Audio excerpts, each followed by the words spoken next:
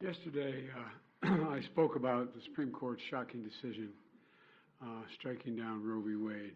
We've had a lot of discussion about that in our whole household. You think is it?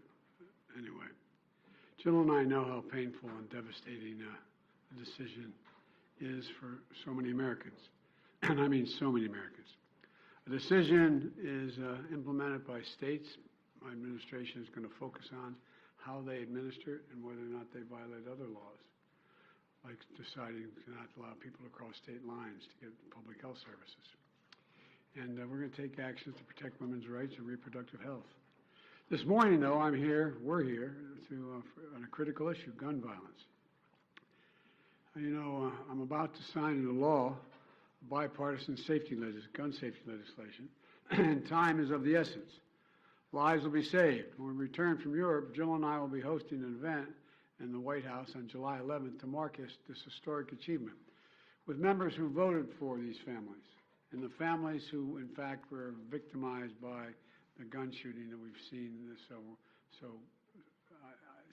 incredible to see so much of it of late. And advocates have worked really hard to do something about it.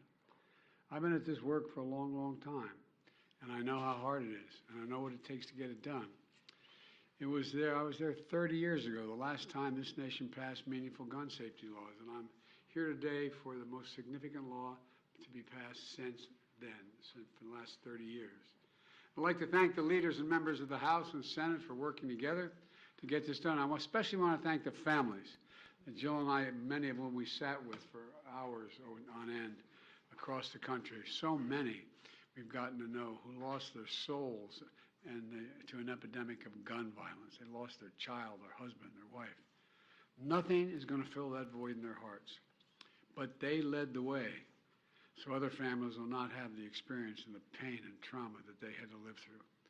From Columbine to Sandy Hook to Charleston, Orlando, Las Vegas, Parkland, El Paso, Atlanta, Buffalo, Uvalde, and for the shootings that happen every day in the streets that are mass shootings we don't even hear about. The number of people killed every day in the streets. Their message to us was do something. I don't know how many times we heard that. Just do something. For God's sake, just do something. Well, today we did. While this bill doesn't do everything I want, it does include actions I've long called for that are going to save lives. It funds crisis intervention, including red flag laws. It keeps guns out of the hands of people who are a danger to themselves and to others. And it finally closes what is known as the boyfriend loophole. So if you assault your boyfriend or girlfriend, you can't buy a gun or own a gun. It requires young people aged 18 to 21 to undergo enhanced background checks. It includes the first ever federal law that makes gun trafficking and straw purchases distinct federal crimes for the first time. It clarifies who needs to register as a federally licensed gun dealer and run background checks before selling a single weapon. This also provides historic funding to address youth mental health crisis in this country, especially the trauma experienced by the survivors of this gun violence. Look, it invests in anti-violence programs that work directly with the people who are most likely to commit these crimes or become victims of gun crimes. Today, we say more than enough. We say more than enough. It's time when this seems impossible to get anything done in Washington, we are doing something consequential. If we can reach compromise on guns, we ought to be able to reach compromise on other critical issues, from veterans health care to cutting-edge American innovation and so much more. I know there's much more work to do, and I'm never going to give up. But this is a monumental day. God bless us with the strength to continue to work, to get the work that's left undone done, and the lives lost that can't be saved, that are obviously gone, but will be an inspiration for us to do more. I'm not going to sign this bill into law.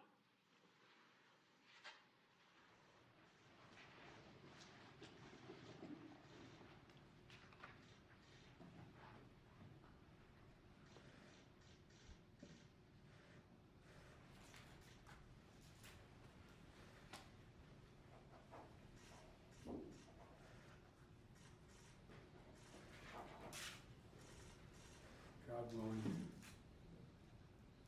it's going to save a lot of lives. Thank you all so very much. Mr. President, we can take a couple questions. Thanks.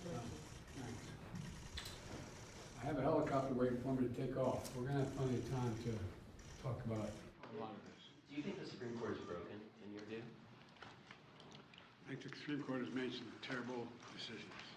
These decisions made on the Supreme Court. Will you reconsider your previous Before opposition any to of the expanding the filibuster. court, sir?